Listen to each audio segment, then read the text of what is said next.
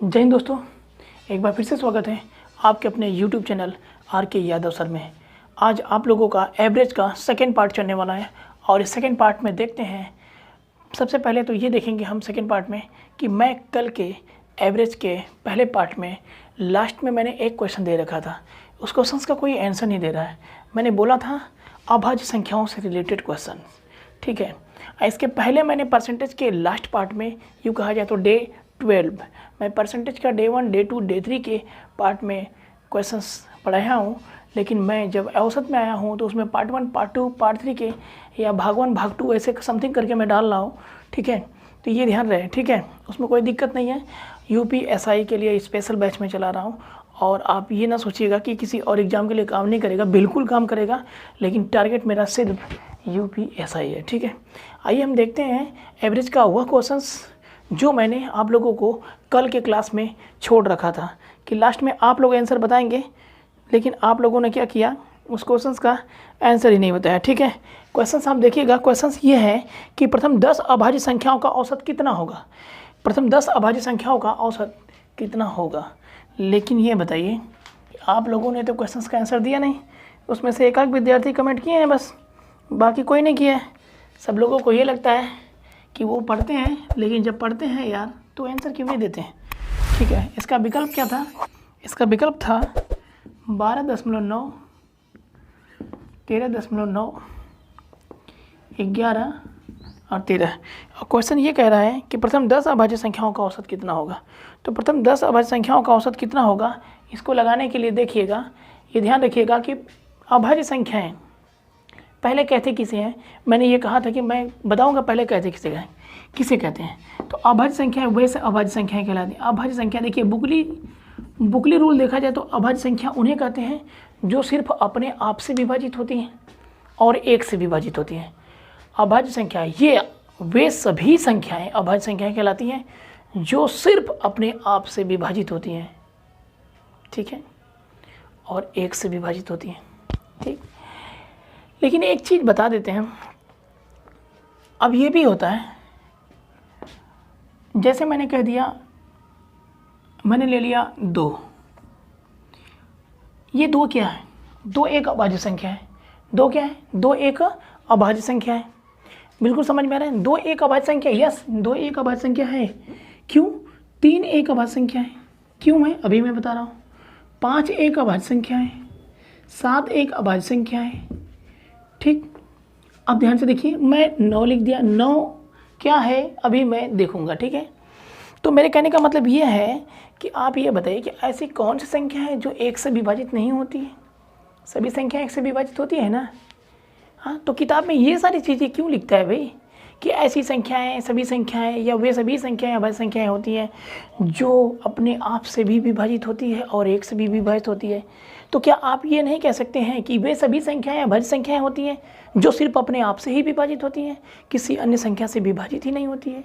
हाँ, किताबों में ये कहा जरूर गया है कि ऐसी संख्याएं जो सिर्फ अपने आप से व एक से विभाजित होती है और किसी अन्य संख्या से विभाजित नहीं होती है, वे अभाज्य संख्याएं कहलाती हैं। तो आज से आप ये जान लीजिएगा कि अभाज्य उन्हें कहते हैं जो सिर्फ अपने आप से विभाजित होती है और किसी भी संख्या से विभाजित नहीं होती है। और अभाज्य संख्या पहचानने का एक और तरीका है, ऐसी संख्या जिनके केवल 2 गुणनखंड हो, जैसे एक तो एक और एक तो सिर्फ 2, खुद एक तो एक और एक तो खुद, एक तो एक और एक तो खुद, एक तो एक और एक तो खुद, सॉरी यहाँ पर 5 रहेगा। और यहाँ पर देखिए, एक तो एक हैया है, एक तो 3 भी है और एक तो खुद है, तो ये अभाज्य नहीं है। मतलब ऐसी संख्याएं अभाज्य संख्याएं होती हैं जिनके केवल 2 गुणनखंड होते हैं। अभाज्य संख्याओं के केवल 2 गुणनखंड होते हैं, एक और स्वयं, एक और स्वयं, एक और स्वयं। और जो एक और स्वयं के अलावा किसी और से भी विभाजित हो गई, वह अभाज्य नहीं, वह भाज्य के ग्रुप में आ जाती है, ठीक है, वह भाज्य के ग्रुप में आ जाती है। तो क्लियर हो गया डेटा कि अभाज्य की नहीं कहते। अब मैं बताऊंगा प्रथम 10 अभाज्य संख्याओं का औसत। प्रथम 10 अभाज्य संख्याओं का औसत।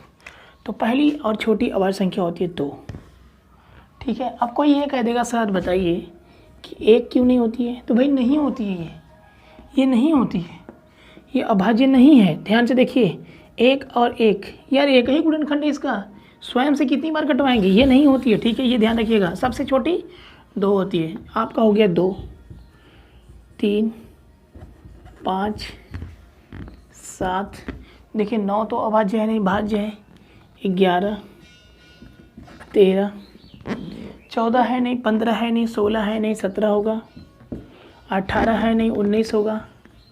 20 है नहीं, 21 है नहीं, तो क्या होगा, 23 होगा। देख लेते हैं कितने अभाज्य हो गए। 1 2 3 4 5 6 7 8 9, 23 के बाद बताइए। 24 तो दूसरे से कटते हैं, 25 भी दूसरे से कटते हैं, 26 भी दूसरे से कटते हैं, 27 भी दूसरे से कटते हैं, 28 भी करते हैं, लेकिन 29 नहीं करता है। अब देखिए आपके व्हाइट बोर्ड पे जो है सभी अभाज्य संख्याएं हो गए, और ये प्रथम 10 अभाज्य संख्या हैं और इनका हमें एवरेज निकालना है। ठीक है, तो प्रथम 10 अभाज्य संख्याओं के, इसके लिए देखिए कि अंतर इनका कितना है, 1 है, अंतर कितना है, 2 है, अंतर कितना है, 2 है, अंतर कितना है, 4 है, अंतर कितना है, 2 है। क्या इसका अंतर समान आ रहा है? जब अंतर समान नहीं आ रहा है बहादुरों, तो हमें अब यहाँ पर वो पहली संख्या और अंतिम संख्या बटा 2 से हम इसे नहीं निकाल सकते हैं। तो अभाज्य संख्याएं में यह नियम नहीं लागू होगा।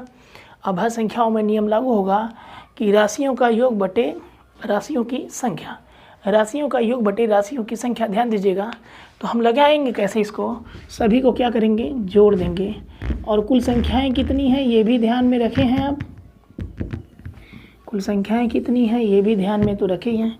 कुल मिला के 10 हैं, तो 10 से भाग होगा। राशियों का योग बटे राशियों की संख्या, एवरेज निकल रहा है। ठीक है, तो टोटल जोड़ने पर आना चाहिए 129, और 129 ही होगा। ठीक है, 129 ही होगा। अब बटा 10 से भाग देंगे तो 12.9, 12.9 हमारा क्या होगा, आंसर होगा। अब 12.9 हमारा पहला विकल्प है। ठीक है, वैसे क्वेश्चंस में भी विकल्प दिया रहेगा, लेकिन क्वेश्चंस तो भाई आप तक सीमित रहता है। मैं विकल्प हमेशा दूंगा, भले ही क्वेश्चन में विकल्प रहे। ठीक है, मैं यहाँ पे ट्रिक कर सकता है, बट वहाँ पे नहीं, तो ये ध्यान रखिएगा, यहाँ पे मैं ट्रिक करूँगा, इसलिए मैं यहाँ पे विकल्प देता हूँ। आइए आज के एवरेज के पहले क्वेश्चन पर। हेलो फ्रेंड्स, ये रुक गया था शायद, वीडियो कुछ टेक्निकल प्रॉब्लम्स हो गई थी। ये देखिए ध्यान से, ये 4 शब्द हैं, क्रमागत, क्रमिक, सतत, अनुक्रमिक। ये 4 शब्द हैं जिनके अर्थ होते हैं लगातार। ठीक है, लगातार, जैसे लगातार की बात करें तो जैसे क्या होता है, 4 5 6 7 8। जैसे क्वेश्चन आपसे पूछ दिया कि 4 5 6 7 8, हाँ औसत होगा,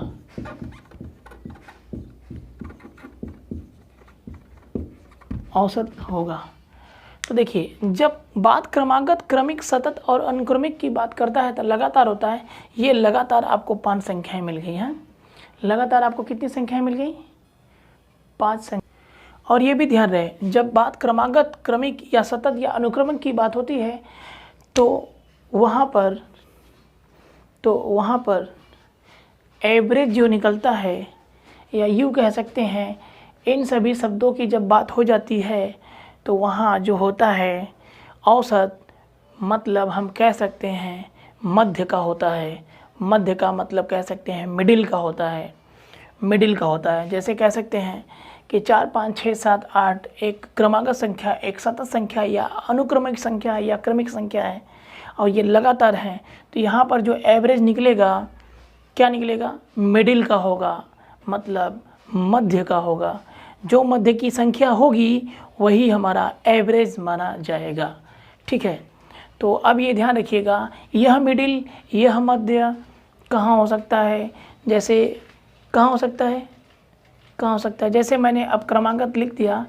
क्रमागत, क्रमिक, सतत और अनुक्रमिक में एवरेज मिडिल तभी होगा जब उनके बीच का अंतर क्या हो, समान हो। जब उनके बीच का अंतर क्या हो, समान हो, मतलब लगातार तो होनी चाहिए, बट उनके बीच का जो डिफरेंस है वो भी समान होने चाहिए।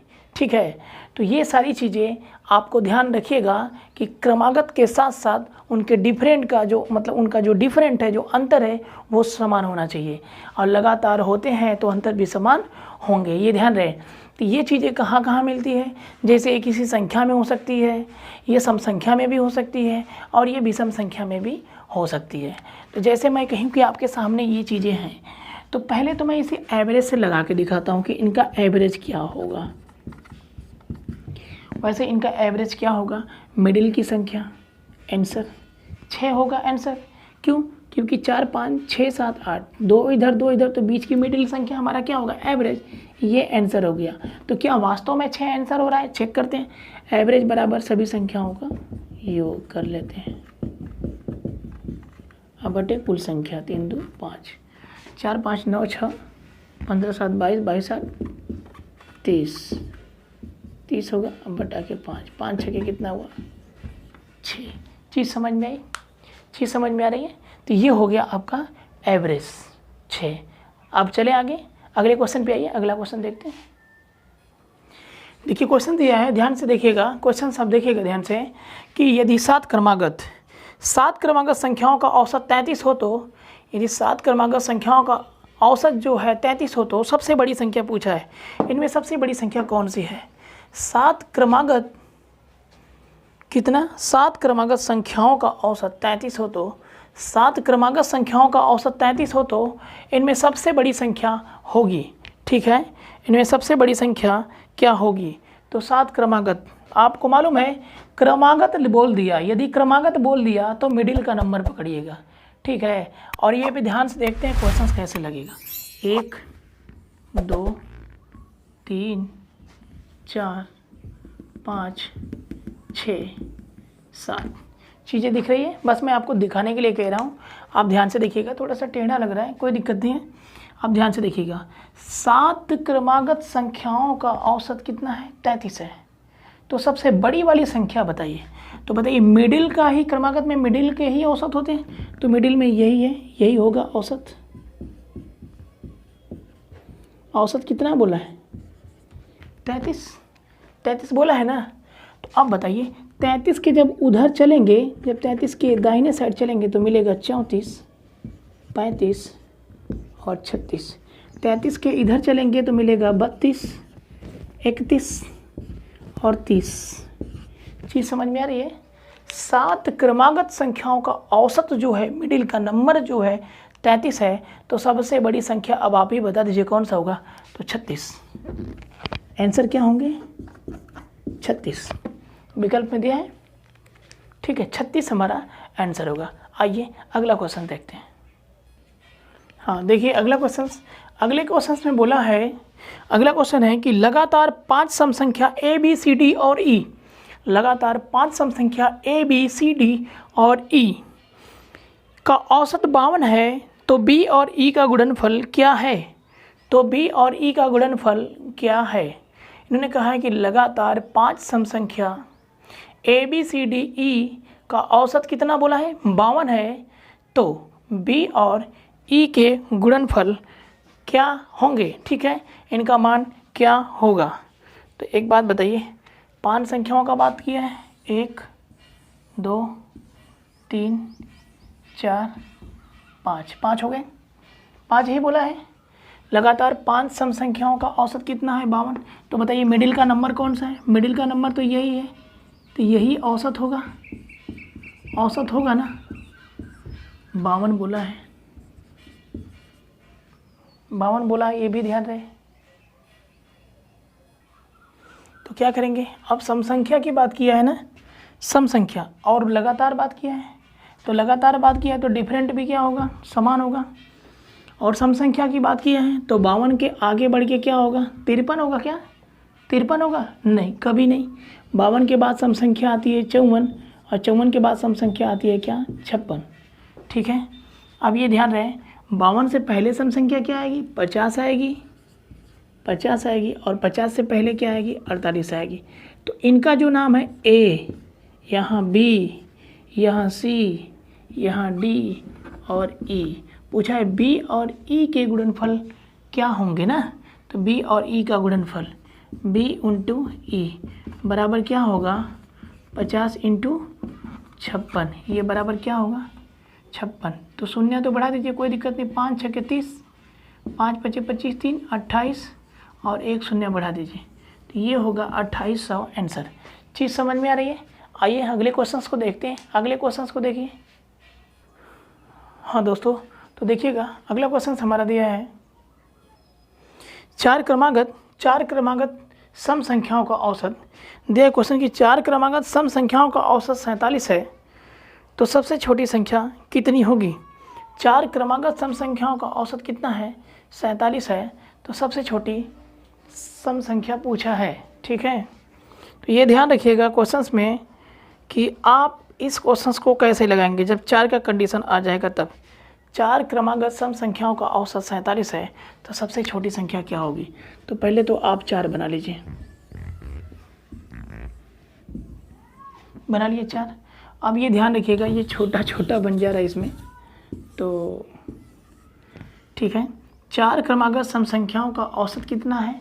47 है, तो सबसे छोटी संख्या पूछा है, तो सबसे बड़ी तो उधर होगा, सबसे छोटी तो यहीं पर होगा, ये सबसे छोटी होगा और ये सबसे बड़ी होगा। एवरेज देखिए, अब देखिए एवरेज तो यहीं पर कहीं ना कहीं होगा, बीच में होगा 1 2 3 4, बीच में एवरेज होगा, कितना होगा? 47 होगा। तो एक एग्जांपल कर लीजिए पहले कि जब मैंने कह दिया कि जब ऐसे संख्याएं लगातार होती हैं, जैसे मैंने कह दिया 17 18 के बीच एवरेज क्या होगा? 17 18 के बीच एवरेज क्या होगा? औसत क्या होगा? तो 17 क्या होगा 5 होगा। कैसे मालूम? 17 और 18 को जोड़िए, भागा दे दीजिए, जोड़िए 7 8 कितना 15, 15 को 5, 1 1 2 1 3, 2 से भाग दीजिए, 2 1 कम 2, 2 7 14, 2 5 10, 17.5। अब जैसे मैं ये कह दूँ, अब जैसे मैंने ये कह दिया 4 6 8 10, 4 6 8 10 एवरेज बताएं। ठीक है, तो एवरेज तो कहीं ना कहीं यहीं पर होगा, कहीं ना कहीं यहीं पर होगा। तो बताइए एवरेज क्या होगा? तो देखिए 4 6 8, तो 6 के बीच में 7, मतलब 6 के बाद 7 और 8 से पहले 7 आ रहा है, तो 7 होगा एवरेज। अब निकलेगा कैसे देख लेते हैं, मिडिल ही होगा ना, तो मिडिल में 7 बच रहा है, 7 होगा। संख्या मिडिल नहीं बचता, आधा होता तो आधा हो जाता, ये ध्यान रखिएगा। एवरेज कैसे निकलेगा? 6 4 10 और 10 8 18 और 18 10 कितना होगा? 28। 28 कितनी संख्या है? 4 है, तो 4 से भाग हो जाएगा, तो आएगा 7। अब एक और संख्या देख लीजिए, जैसे मैंने कह दिया 3 5 7 9, एवरेज बताइए। तो एवरेज तो यहीं बीच में होगा कहीं ना कहीं, तो क्या होगा एवरेज? 6 होगा, 6 होगा। कैसे मालूम? इनको भी जोड़ लीजिए, 3 5 8 8 7 15, अब 15 9 24, 24 बटा के कितना? 1 2 3 4, 4 छक्का 24। अब ये ध्यान रहे, यदि 4 विषम संख्याओं के बीच यदि 4 विषम संख्याओं का एवरेज पूछेगा तो उस समय हमेशा औसत सम संख्या में निकलता है, और 4 अगर सम संख्याओं का औसत पूछेगा तो उस समय हमेशा विषम संख्या ही होती है, ये ध्यान रहे। ठीक है, तो अब ये ध्यान रहे कि 7 है, ये विषम संख्याओं का औसत है। 4 विषम संख्याओं का औसत कितना है? 7 है। वो संख्याएं 4 6 8 10, उनके बीच में एक विषम संख्या औसत दिख रही है, और ये विषम संख्याएं 3 5 7 9, ये विषम संख्या है, और इनका जो एवरेज निकल रहा है 5 7 के बीच में 6 दिख रहा है, जो कि एक सम संख्या है। तो 4 सम संख्याओं का औसत निकालेंगे तो एक विषम संख्या निकलेगी, और 4 विषम संख्या का औसत निकालें तो एक सम संख्या निकलेगी। अब यहाँ देखिए चीज़ क्लियर है, क्वेश्चन सही है। तो 47 किनके बीच का होगा? एक तो 46 के बीच का होगा और एक तो 48 के बीच का होगा। तो 46 और 48 के बीच में 47 आ रहा है। अब 46 से पहले क्या हो जाएगा? 44 आ जाएगा, और 48 से बाद क्या हो जाएगा? 50 आ जाएगा। ये चीज़ क्लियर है। तो हमारा आंसर क्या होगा? सबसे छोटी होगी 44। 44 हमारा आंसर होगा। चीज़ क्लियर है? जो चीज़ें क्लियर नहीं होंगी उसे हमें कमेंट करके ज़रूर बताने का प्रयास करिएगा। ठीक है, आइए अगले क्वेश्चन को देखते हैं। तो देखिए दोस्तों, ये क्वेश्चन बोला है कि 5 क्रमागत संख्याओं का योग 200 है, तो सबसे छोटी संख्या ज्ञात करें। 5 क्रमागत संख्याओं का योग कितना है? 200 है, तो सबसे छोटी संख्या पूछ दिया है। जब देखिए योग दे दिया है और संख्या बता दिया कि इतनी संख्याएं हैं, ठीक है। अब बताइए एवरेज आप क्या निकालते हैं? आप निकालते हैं ना कि औसत बराबर, आप निकालते हैं ना कि औसत बराबर राशियों का योग बटे राशियों की संख्या। तो राशियों का योग कितना दिया है? 200 दे दिया है, मतलब काम करके दे दिया, हमें कुछ करना नहीं, बस रख देना है। और राशियों की संख्या भी दे दिया है 5, तो एवरेज निकाल लीजिए कितना हो गया? 40। तो ये क्या हो गया? एवरेज हो गया। कितनी संख्या है? 5 है। तो आप 5 संख्याएं के लिए जगह बना लीजिए। ये 5 संख्याएं हो गई, ये 5 संख्याएं हो गई, और इनके मिडिल का नंबर जो है, इनके मिडिल का नंबर कितना दिया है? 40 दिया है। मतलब इनका जो औसत है, जो औसत है कितना है? 40 है। संख्याएं जो हैं वो क्रमागत की बात किया है, क्रमागत की बात किया है। तो 40 के बाद क्या आएगा क्रमागत? 41। 41 के बाद क्या आएगा? 42। 40 से पहले क्या आएगा क्रमागत में? 39। 39 से पहले क्या आएगा? 38। क्वेश्चंस में पूछा है बहादुरो, क्वेश्चंस में ये पूछा है कि सबसे छोटी संख्या ज्ञात करें। तो सबसे छोटी संख्या क्या होगी? अब आप ही बता दीजिए। सबसे छोटी संख्या, सबसे छोटी संख्या दिख रहा है 38, तो विकल्प में 38 आप क्लियर कर लीजिए। आइए अगले क्वेश्चन पे चलते हैं। अब यहाँ पे अगला क्वेश्चन दिया है कि 5 क्रमागत विषम संख्याओं का योग 105 है। 5 क्रमागत विषम संख्याओं का योग क्या है? 105 है। तो पूछा है सबसे छोटी संख्या ज्ञात करें। 5 क्रमागत विषम संख्याओं का योग कितना दिया है? 105 दिया है। तो सबसे छोटी संख्या ज्ञात करें। तो यार एवरेज निकाल लो अब कि भाई औसत बराबर होता है राशियों का योग। तो राशियों का योग आपको योग करना नहीं है, योग बेचारा पहले से ही जोड़ दिया है, मतलब डर गया है लग रहा है आपसे। 105 जोड़ दिया है और 5 से बोला है कि 5 संख्याएं हैं, तो 5 से काट दीजिए, तो एवरेज कितना आएगा? 21। लेकिन 5 क्रमागत विषम संख्या की बात किया, ध्यान रहे, तो 1 हो गया, 2 हो गया, 3 हो गया, 4 हो गया, 5 हो गया। एवरेज तो मिडिल नंबर होता है, यही होगा औसत। तो 21 कहाँ बैठेगा? यहीं पर बैठेगा। लेकिन बोला है विषम संख्या की बात किया है, तो 21 के बाद हमारे विद्यार्थी क्या गलती करते हैं ना कि 21 के बाद लिख देते हैं 22, लेकिन विषम संख्या की बात किया है तो 21 के बाद होगा 23, और 23 के बाद होगा क्या? 25, और 21 के पहले क्या होगा? 19, 19 के पहले क्या होगा? 17। सबसे छोटी संख्या क्या होगा? आंसर सबसे छोटी, सबसे छोटी संख्या क्या होगा? 17 आंसर। आइए क्वेश्चन नंबर नेक्स्ट पर चलते। अगला क्वेश्चन देखिए, अगले क्वेश्चन में बोला है कि 5 क्रमागत सम संख्याओं का औसत 108 है, तो सबसे छोटी संख्या कितनी होगी? 5 क्रमागत सम संख्या का औसत दे दिया है, इस बार 8 है, ठीक है। इस बार औसत कितना दे दिया है? औसत कितना दे दिया है? 108 है, और संख्याएं कितनी हैं? 5 है। तो 5 संख्याएं आप बना लीजिए, ठीक है। देखिए बहादुर, मैं नोट्स के लिए बता रहा हूँ, ठीक है। मिडिल में यही है औसत, यही होगा औसत, यहाँ पर होगा 108। सम संख्या की बोला है बात, तो 108 के बाद सम संख्या क्या होगा? 110। 110 के बाद होगा 112। 108 से पहले क्या होगा? 106। 106 से पहले क्या होगा? 104। क्वेश्चंस में पूछा क्या है? क्वेश्चंस में पूछा है बहादुरों की सबसे छोटी संख्या बताइए। तो सबसे छोटी संख्या, इसका मतलब आंसर हमारा कितना होगा? 104। आइए अगले क्वेश्चन पे चलते हैं। अगला क्वेश्चन देखिए। हाँ देखिए, अगला बड़ा ही महत्वपूर्ण क्वेश्चन है, ध्यान से देखिएगा। क्वेश्चन ये कह रहा है कि 5 संख्याओं का औसत 10 है। 5 संख्याओं का औसत 10 है, कौन सी संख्या जोड़ी जाए, कौन सी संख्या जोड़ी जाए कि औसत 12 हो जाए? अब एक बात बताइए कि 5 संख्याओं का औसत तो 10 है। आप ये ध्यान रखिएगा कि औसत हमेशा योग को दर्शाता है, औसत हमेशा योग को दर्शाता है। कैसे दर्शाता है? जैसे मैंने कह दिया कि 5 व्यक्तियों का जो औसतन है वो 10 रुपये है। 5 व्यक्तियों का औसत 10 रुपये है, या औसतन 10 रुपये हैं, तो कितना रुपये होंगे कुल मिलाकर? तो 50 होंगे ना। मतलब 5 व्यक्ति हैं, सभी के पास 10-10 रुपये हैं, तो मैं उसे औसत में 10 रुपये बोल सकता हूँ, ठीक है। तो जब सभी के पास 10-10 रुपये हैं, तो पाँचों का योग होगा तो कितना होगा? 50 होगा। औसत हमेशा इसीलिए योग को दर्शाता है। बोला 5 संख्याओं का औसत 10 है, कौन सी संख्या जोड़ी जाए कि औसत 12 हो जाए। एक बात बताइए कि 5 में संख्या जोड़ी जाएगी ना तो संख्या तो आगे ही बढ़ेगी। हमें ऐसी कोई जानकारी नहीं है हम क्या करेंगे, नो डाउट कोई क्लियर नहीं है कि हम क्या करेंगे, लेकिन 5 से जब भी बढ़ाएंगे तो हम आगे बढ़ाएंगे। तो ये ध्यान रखिएगा, 5 से हम आगे बढ़ाएंगे तो 5 संख्याओं का औसत लिखेंगे हम। 5 संख्याओं का औसत कितना दिया है, 10 दिया है ना। 5 संख्याओं का औसत बराबर कितना है, 10। तो ये कितना होगा, 5 × 10 बराबर 50 होगा कि नहीं, होगा ना।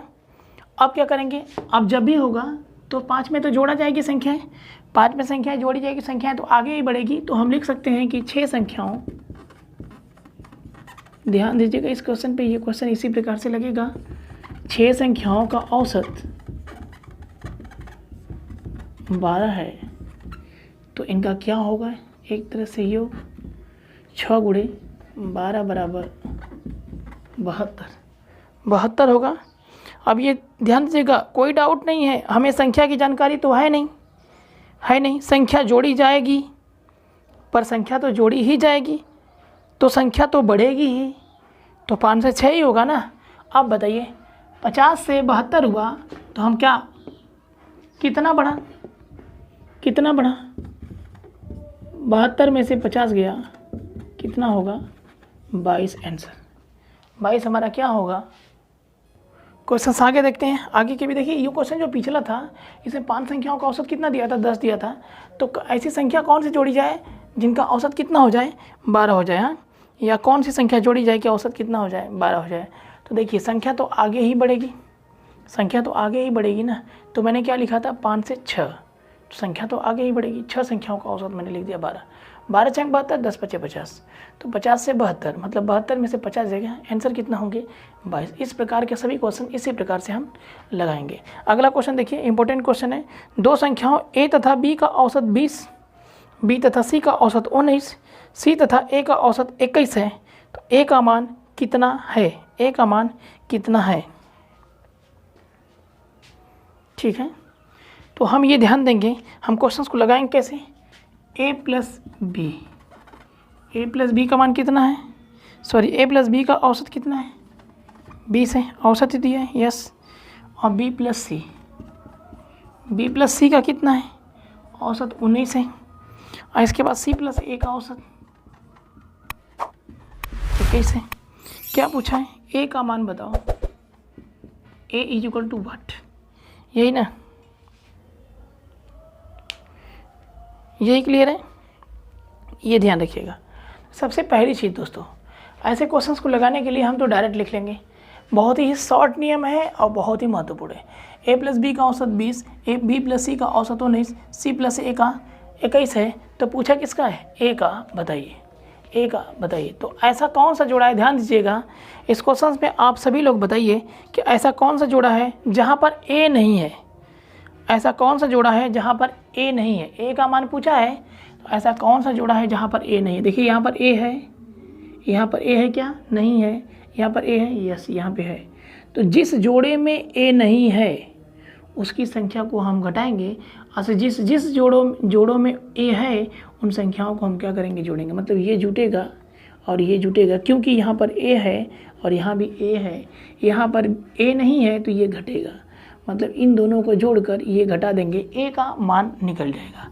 तो हम क्या करेंगे, ऐसे लिखेंगे 20 और प्लस कितना 21 और माइनस कितना 19। तो पहले तो जुड़ेगा, 1 होगा, 2 2 4, माइनस कितना 19। तो ये कितना होगा, दिख रहा है, 11 में से 9 गया 2, 3 में से 1 गया 2, 22 हमारा क्या हुआ आंसर।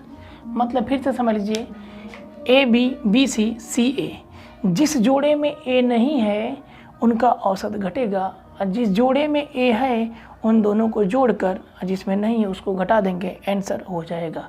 अगला क्वेश्चन देखिए, अगला क्वेश्चन बोला है कि A तथा B की औसत मासिक आय 14,000 है। तो A + B लिख लीजिए, क्वेश्चन पिछले बार की तरह ही है। A + B की औसत मासिक आय कितना है, 14,000 है। 14,000 टोटल लिख लीजिए। फिर बोला है बी प्लस सी की औसत मासिक आय, बी प्लस सी की औसत मासिक आय कितनी है? 15,600 है, 15,600 है। आगे दिया है ए तथा सी की औसत मासिक आय कितनी है? 14,400 है। ए प्लस सी की औसत मासिक आय कितनी है? 14,400 है। पूछा है बी की मासिक आय कितनी होगी? बी की मासिक आय पूछा है कितनी होगी। अब आपको यहाँ पे ये पता लगाना है, अब आपको यहाँ पे ये पता लगाना है कि ऐसा कौन सा जोड़ा है जिसमें बी नहीं है, ठीक है, और ऐसा कौन सा जोड़ा है जिसमें बी है, दोनों पता कर लेते हैं। देखिए इसमें बी है तो ये जुटेगा, इसमें बी है तो ये जुटेगा, इसमें बी नहीं है तो ये घटेगा। जिसमें बी है वो पॉजिटिव रहेगा, जिसमें बी नहीं है वहाँ पे निगेटिव रहेगा। समझ गए? ये चीज़ हमेशा ध्यान में रखिएगा, नहीं तो क्वेश्चंस लगा नहीं पाएंगे बहादुर, ठीक है। और यही सबसे बेहतरीन तरीका लगाने का भी है। तो आप क्या करेंगे, बी का मान निकालेंगे, लिखेंगे 14,000, फिर प्लस कितना लिखेंगे 15,600 और माइनस क्या करेंगे 14,400। तो ये कितना होगा? शून्य, ये कितना होगा? शून्य, ये कितना होगा? 6, और ये कितना होगा? 9, और ये कितना होगा? 2, माइनस 14400। तो शून्य से शून्य गया शून्य, शून्य से शून्य गया शून्य, 6 में से 4 गया 2, और 9 में से 4 गया 5, 2 में से 1 गया 1, 15,200। नहीं दिख रहा है? सॉरी नहीं दिख रहा है। इसको घटाएंगे तो कितना होगा? 15,200 बी की आय, मासिक आय या बी का मान, ठीक है बहादुरों। ये रहा आपका एवरेज का सेकेंड डे का दिन या सेकेंड पार्ट के क्वेश्चंस। अब हम आप लोगों से बस यही कहना चाहेंगे कि वीडियो को इतना अधिक से अधिक लोगों में शेयर करिए। और मैंने आज इसलिए लास्ट में क्वेश्चन नहीं दिया क्योंकि लास्ट में दिए गए क्वेश्चंस का मतलब नहीं निकल रहा है।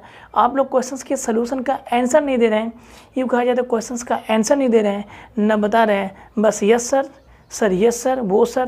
तो ये सब कहने से कोई फ़ायदा नहीं है जब तक कि आप क्वेश्चंस का आंसर ना बताएं, ठीक है। तो आज इसीलिए मैंने क्वेश्चंस का आंसर या क्वेश्चंस मैंने लास्ट में दिया नहीं है, ठीक है। आप इंतज़ार करिए हमारे कल के क्लास के लिए। कल का क्लास होगा औसत एवरेज का पार्ट नंबर 3 का, ठीक है दोस्तों। जय हिंद, जय भारत दोस्तों।